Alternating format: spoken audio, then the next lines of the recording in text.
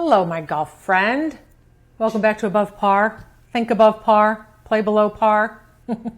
That's what it's all about. So if you've listened to some of my podcasts, you know that I do talk about how your thoughts control your emotions and that we do want to get ourselves into a state of calm or certain or confident as many times as possible. The reason we want to be in that place is because from there we can think clearly and swing freely, right? And then we're able to take our best swings out into the golf course, but also it feels better than being frustrated and annoyed and disappointed and shamed and anxious.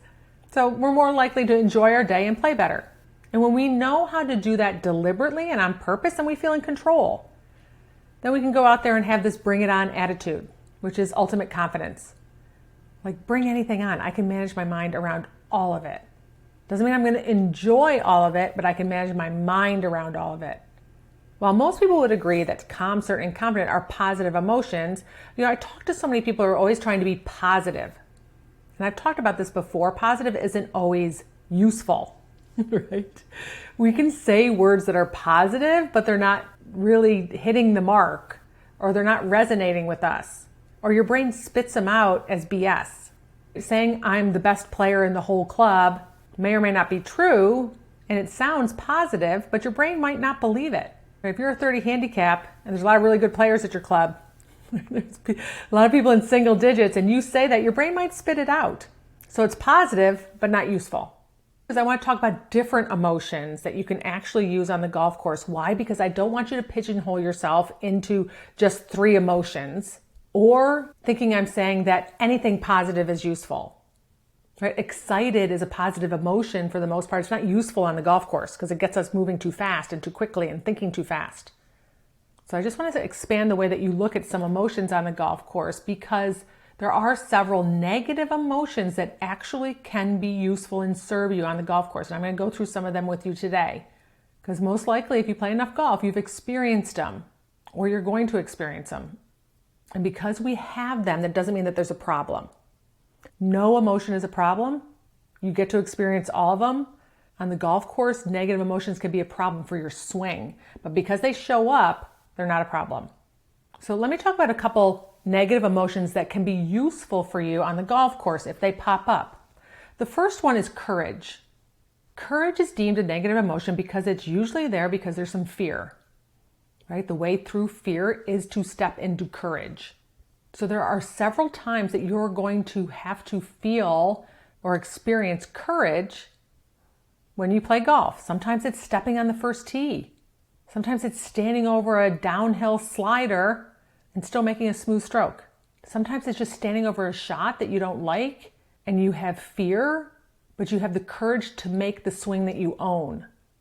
Courage can be a playoff. Courage can be signing up for a tournament. Courage could be not quitting after a horrible front 9.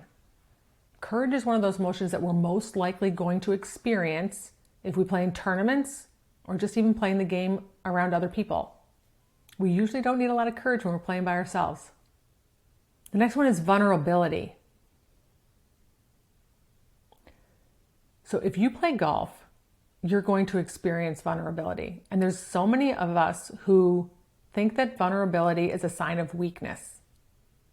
But as Brene Brown says, vulnerability is not weakness. It is our greatest measure of courage. Vulnerability shows up as we have to move through uncertainty, risk, or emotional exposure.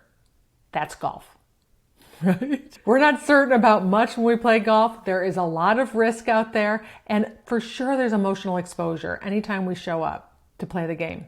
So if you're experiencing vulnerability, which you will when you play the game, when we have to slap a score up on the board that we don't like, that's vulnerability. When we know on the golf course that we're not going to have a very good score and we keep playing, anticipating the vulnerability, that's real. The better you get at experiencing vulnerability, as stepping into vulnerability, the more you're going to put yourself out there, the more you're going to show up. So golf can be a very vulnerable game, and you can still play, and you can still swing, and you can still perform well. But because you're witnessing that or experiencing it, nothing has gone wrong. It's part of our experience playing this game. Envy is another emotion that is a negative emotion that people can experience on the golf course. And I think it's a negative emotion that can serve you. It can work against you, but it can serve you. Envy shows up when we want something that someone else has. So you might be playing with someone and they're just making all the putts, or they're hitting it past you, or they just seem to be getting up and down all the time. And then you have this envy. I want what they have. At that moment, when you hear those words or something similar, when you have that envy, it either can work for you or against you. This is your decision. This is where your next move is critical. It is either going to drive you to work harder, or it's going to discourage you and beat yourself up and compare yourself to this other person, as in not being good enough. So envy, while it is a negative feeling, most of us don't like to experience it and don't like it to feel it. It can drive you to work harder. It can, on the golf course, help you focus more, try a little bit more. Sometimes when we go out and play golf with people who are better than us, one of the things my dad always told me to do was play with golfers who are better than you, because your game steps up. You end up putting yourself in those vulnerable positions. It took courage to go out there and play with players who were better than me. And then I had envy because I wished I could do all the things that they were doing that I couldn't do. And it drove me to work harder. It showed me what was possible. I could picture myself doing the things that they were doing on the golf course. So if envy shows up, and it does a lot with golfers, because we do compare ourselves to other people. But if you're going to sit there and say, woe is me, they hit it past me, I'm at a disadvantage, it's not fair, or you can use it to focus and re-engage and keep trying, and maybe after the round work harder on your game or get in better shape or whatever needs to happen in that situation, then that negative energy or that negative emotion can work for you. The fourth one is grind or determination. So we talk about grinding in golf a lot. It's not really a positive emotion. It's a pretty negative emotion, but it dials us in on a level of focus that we might not have otherwise. Grinding is just working a little bit harder than when we have those green light days. It usually shows up when we're just not hitting it very well. We feel like we can't let our guard down. We have to think maybe a little bit more around the golf course, or we're just constantly having to get ourselves out of trouble to save par or to prevent any blow-up holes. The day just seems very effortful and full of grind, coupled with a little determination, because it's so easy at those moments to give up, throw in the towel, especially after a bad hole or when your brain isn't used to working that hard.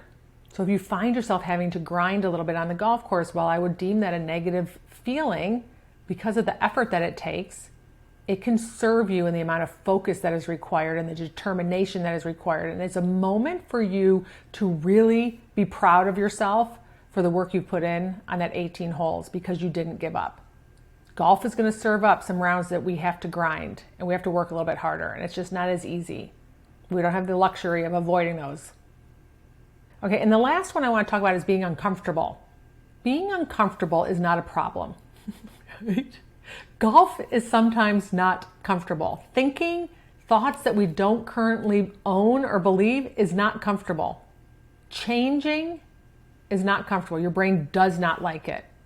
But as my coach has said, discomfort is the currency to your dreams. You've got to be willing to be uncomfortable if you're going to change and grow into the person and the player that you want to be. Staying the same is comfortable. Changing is not comfortable. So unless you love your results that you're creating, you've got to be uncomfortable and change and grow. You got to think differently. You got to work on your game differently. You got to show up differently. That's one form of discomfort.